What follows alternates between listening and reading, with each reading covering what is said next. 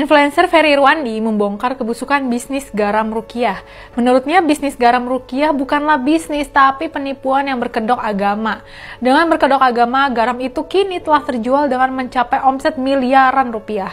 Menurut Ferry ada 3 alasan kenapa sih bisnis ini tuh dianggap sebagai penipuan. Pertama, para penjual nawarin garam itu sebagai bagian dari anjuran agama, khususnya Islam.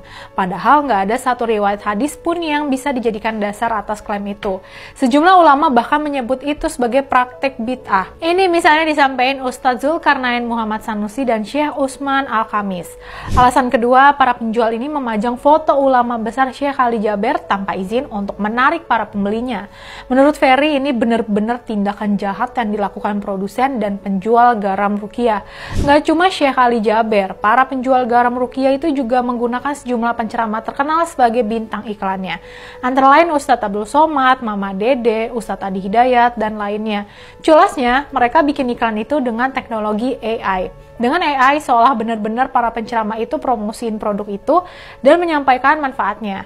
Kenyataannya mereka nggak melakukan itu. Bantahan misalnya dilakukan Ustadz Adi Hidayat. Walau disayangkan, penceramah lainnya nggak terdengar menyampaikan bantahan.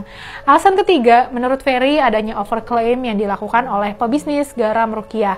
Bayangin, semua hal yang ingin didapat di dunia ini bisa didapatkan hanya dengan mandi air garam ruqyah. Misalnya, mulai dari pengen punya anak, mau jualannya laku, mau sembuh dari satu penyakit, mau karir yang bagus, dan lain sebagainya. Mirisnya lagi, kata Ferry, keuntungan dari para penjual garam ruqyah ini nggak sedikit pun dinikmati sama para petani garam. Ferry merasa perlu membongkar penipuan garam ruqyah ini karena menurutnya ini benar-benar udah meresahkan. Udah banyak masyarakat yang ketipu sama klaim-klaim penjual garam ruqyah ini. Bayangin deh, dengan berbagai klaim mereka saat ini, garam ruqyah udah menjadi salah satu barang paling laku di marketplace. Dalam catatan Ferry, satu toko aja nih bisa menjual ribuan bahkan puluhan ribu item. Bahkan Ferry menemukan beberapa toko nih udah ada yang beromset mencapai 4,4 miliar rupiah. Modal membuat garam ruqyah ini juga kecil banget. Cuma dengan modal sekitar Rp5.000, para penipu bisa menjual produk ini mencapai Rp150.000. Bayangin deh, keuntungannya ini bisa mencapai 2000%. Karenanya Ferry menyebut bisnis garam ruqyah adalah bisnis abad ini. Semua keberhasilan ini dicapai hanya dengan membungkus produk ini dengan bungkus agama. Menurut Ferry, karena bungkus agama juga nggak banyak orang yang mau mempermasalahkannya. Padahal itu adalah penipuan yang nyata.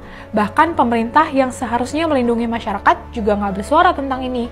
Korban dari penipuan ini juga adalah orang-orang kecil, orang-orang miskin. Karena itu, Ferry mengajak orang-orang terdidik untuk melakukan perlawanan. Jangan biarkan praktek yang sebenarnya penipuan tetap melanggeng karena nggak ada yang berani mempermasalahkan. Kami di PI sendiri udah menyuarakan ini dari 2 bulan yang lalu. Semoga ajakan Ferry ini direspon oleh banyak yang lainnya juga ya. Yuk, lawan pembodohan atas nama agama.